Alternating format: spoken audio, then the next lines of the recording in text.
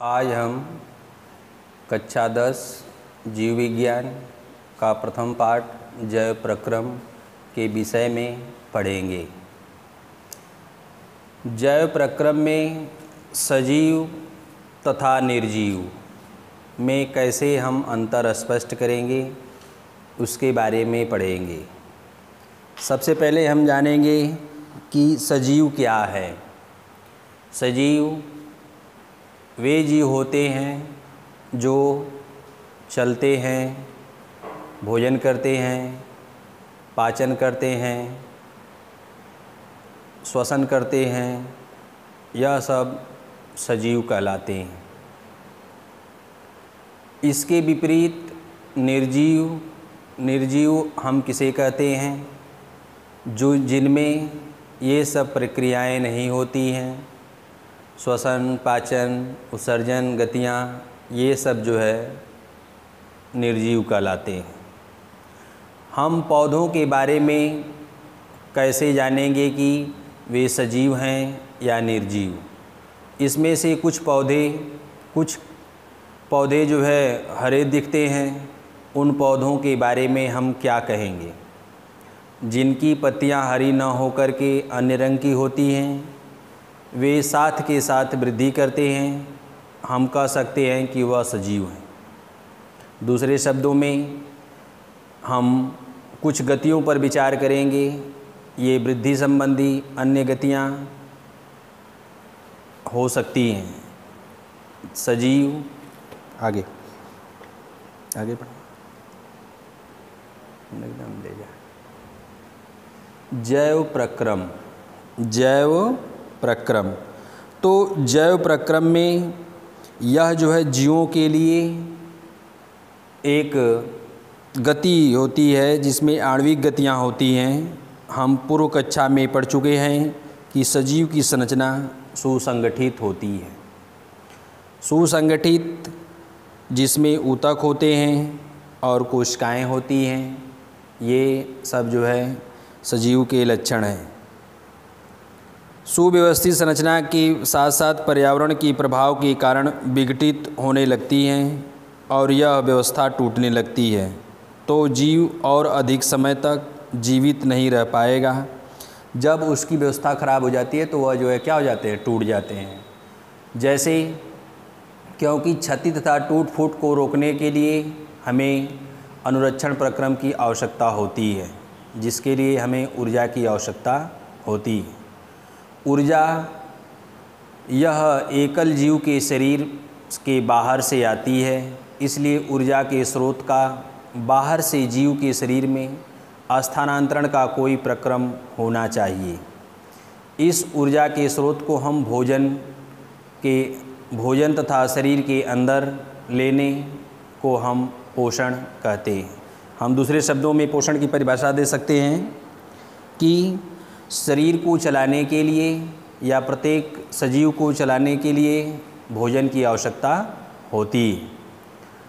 अब हम पढ़ेंगे एक कोशिकीय जीव की पूरी सतह पर्यावरण के संपर्क में रहती है, अतः इन्हें भोजन ग्रहण करने के लिए गैसों का आदान प्रदान करना पड़ता है तथा वर्ज्य पदार्थों के निष्कासन के लिए किसी विशेष अंग की आवश्यकता नहीं होती। जैसे वर्ज्य पदार्थ का अर्थ यह होता है कि शरीर के अंदर से अपशिष्ट पदार्थों का निकालना, जैसे मल मूत्र और पसीना, इन सब को निकालने के लिए एक कोशिकीय जीव में कोई ऐसा अंग नहीं होता है जिसके द्वारा वह निकाल सकें। वह शरीर के किसी भी हिस्से से वह निकाल सकते हैं।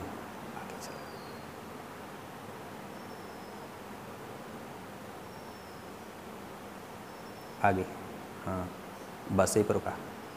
प्रश्न है, हमारे जैसे बहुकोशिकीय जीवों में ऑक्सीजन की आवश्यकता पूरी करने में विसरण क्यों अपर्याप्त है? कोई वस्तु सजीव है, इसका निर्धारण करने के लिए हम किस मापदंड का उपयोग करेंगे? किसी जीव द्वारा किन कच्ची सामग्रियों का उपयोग किया जाता है? जीव के अनुरक्षण के लिए आप किन प्रक्रमों को आवश्यक मानेंगे? कह रहा है बहुकोशिकीय जीवों में ऑक्सीजन की आवश्यकता पूरी करने के लिए हमें वायुमंडल का सहारा लेना पड़ता है और वायुमंडल से ही, वातावरण से ही हम ऑक्सीजन को ग्रहण करते हैं। दूसरा प्रश्न है, कोई वस्तु जीव सजीव है, इसका निर्धारण हम कैसे इसके मापदंडों से करेंगे? उनकी क्रियाओं के अनुसार श्वसन, पाचन, उत्सर्जन, गति के फलस्वरूप हम यह निर्धारण करेंगे कि यह जो है जीव यह सब प्रक्रिया कर रहा है कि नहीं कर रहा है। अगर कर रहा है तो वह सजीव है, नहीं कर रहा है तो वह निर्जीव है। किसी जीव द्वारा किन कच्ची सामग्रियों का उपयोग किया जाता है? कच्ची सामग्री में आपका जो है भोजन, यह सब जो है कार्बोहाइड्रेट, वसा, प्रोटीन, खनिज और विटामिन, यह सब जो है कच्ची सामग्रियों का उपयोग करते हैं। जीवन के अनुच्छरण के लिए आप किन प्रक्रमों का जो है आवश्यक होता है? भोजन, यह जो है जीवन के अनुच्छरण के लिए हमें भोजन की आवश्यकता होती है। भोजन के फलस्वरूप हमें ऊर्जा प्राप्त होती है। अब है पोषण। पोषण क्या है? पोषण कार्य जो हम कर रहे हैं या कार्य करने की जो क्षमता है उसे हम ऊर्जा कहते हैं। और यह ऊर्जा जो है कहाँ से प्राप्त होती है? हमें भोजन से प्राप्त होती है।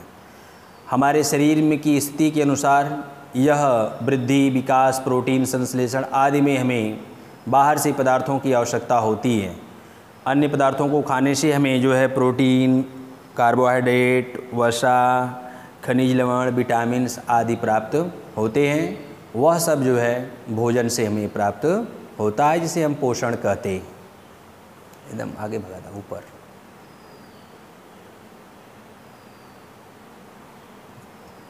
नीचे स्वपोषी पोषण। स्वपोषी पोषण का अर्थ यह होता है, कुछ जीव अपना भोजन जो है स्वयं बनाते हैं। जैसे समस्त हरे पौधे। समस्त हरे पौधे अपना भोजन सूर्य के प्रकाश की उपस्थिति में यह अपना भोजन बनाते हैं, जिसे हम प्रकाश संश्लेषण की प्रक्रिया कहते हैं। प्रकाश संश्लेषण की प्रक्रिया के फलस्वरूप समस्त हरे पौधे अपना भोजन बनाते हैं। कैसे बनाते हैं?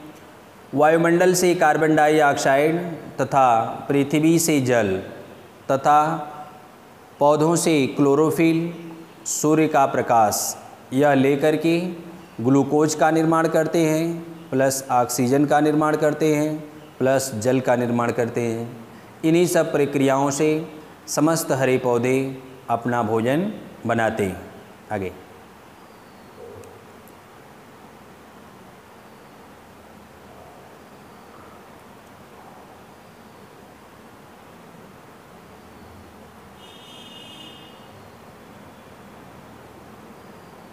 यह जो है हमें भोजन का दिखाया गया पत्तियों में पौधे कैसे भोजन ग्रहण करते हैं। एक गमले में लगा पौधा को जो है हम 72 घंटे तक अंधेरे में रख देते हैं और अंधेरे में रखने के पश्चात उसको फिर पुनः हम उसमें मंड का परीक्षण करते हैं, जिसके फलस्वरूप उसमें मनी प्लांट ले सकते हैं या क्रोटन का पौधा ले सकते हैं। पौधे को 2-3 दिन तक कमरे में रख करके उसको मंड प्रयुक्त किया जाता है और उसमें जो है 6 घंटे के लिए सूर्य के प्रकाश में फिर पुनः रखा जाता है। पौधे से एक पत्ती तोड़ लीजिए और हरे भाग को अंकित कीजिए।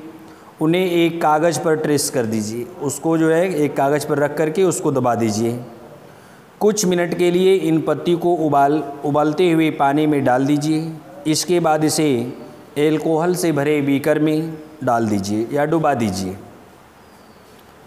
इसे जो है पत्ती का रंग कैसा दिखाई देता है, विलयन का रंग कैसा हो जाता है। अब हम कुछ मिनट में इसके जो है आयोडीन का परीक्षण करते हैं। पत्ती को बाहर निकालने के लिए आयोडीन के घोल में इसको डाला जाता है और पत्ती के रंग का अवलोकन करते हैं, जिसके फलस्वरूप इसका जो है जहाँ पर मंड का निर्माण होता है वहाँ पर जो है पत्तियाँ जो है हरी नीली दिखाई देती हैं और जहाँ पर मंड का निर्माण नहीं होता है वहाँ पर पत्तियाँ जो हैं डिस्कलर हो जाती हैं। अब है स्टोमेटा। स्टोमेटा स्टोमेटा क्या है? स्टोमेटा का अर्थ यह है कि इन्हीं से पौधे जो है समस्त प्रकाश संश्लेषण की प्रक्रिया में समस्त हरे पौधे कार्बन डाइऑक्साइड ग्रहण करते हैं और उसको लेकर के प्रकाश संश्लेषण की प्रक्रिया करते हैं, जिसके फलस्वरूप ऑक्सीजन का निर्माण होता है और ग्लूकोज का निर्माण होता है। इस तरह से समस्त हरे पौधे अपना भोजन बनाते हैं। इसमें जो है दिन के समय स्टोमेटा जो है खुल जाता है और रात के समय स्टोमेटा बंद हो जाता है। दिन के समय जब सूर्य का प्रकाश पौधों की पत्तियों पर पड़ता है तो स्टोमेटा खुल जाते हैं, और जब अंधेरा होता है, शाम का समय होता है, तो ये रंध्र जो है ऑटोमेटिक बंद हो जाते हैं। इसलिए कहा जाता है कि रात के समय जो है हमें पेड़ों के नीचे नहीं सोना चाहिए, इसलिए क्योंकि रात के समय पौधे कार्बन डाइऑक्साइड बहुत अधिक मात्रा में छोड़ते हैं, जिसके फलस्वरूप हमें दम घुटने लगता है उसके नीचे सोने पर। इसलिए हमें रात के समय पौधों के नीचे नहीं सोना चाहिए। वाष्पोत्सर्जन चित्र में दिखाया गया है। वाष्पोत्सर्जन की प्रक्रिया दिखाई गई है कि समस्त हरे पौधे जिस तरह से हम अपने अंदर से पसीने को निकालते हैं, उसी तरह से समस्त हरे पौधे भी अपने अंदर से जल को उड़ाते हैं। हम पेशाब के रूप में, मलमूत्र के रूप में, पसीने के रूप में जल को उड़ाते हैं, लेकिन समस्त हरे पौधे भी अपने अंदर से जल को वाष्पोत्सर्जन की प्रक्रिया के दौरान उड़ाते रहते हैं। उसके लिए हमें एक गमला ले लेना चाहिए, गमले में लगा कोई पौधा होना चाहिए, और एक बेलजार से उस जो है पौधे को ढक देना चाहिए, और ढक करके गमले में पानी डाल देना चाहिए, और कुछ क्षण के लिए, कुछ घंटों के लिए जो है उस गमले को हमें धूप में ले जा कर के रख देना चाहिए। हम क्या देखते हैं कि कुछ घंटों में उस बेलजार के ऊपर जो है छोटे छोटे पानी की बूंदें दिखाई देने लगती हैं। इससे यह सिद्ध होता है कि समस्त हरे पौधे अपने अंदर से जल को उड़ाते हैं। बस हाँ, बहुत इतना था। अब देख लो सही बैठा रहे ना।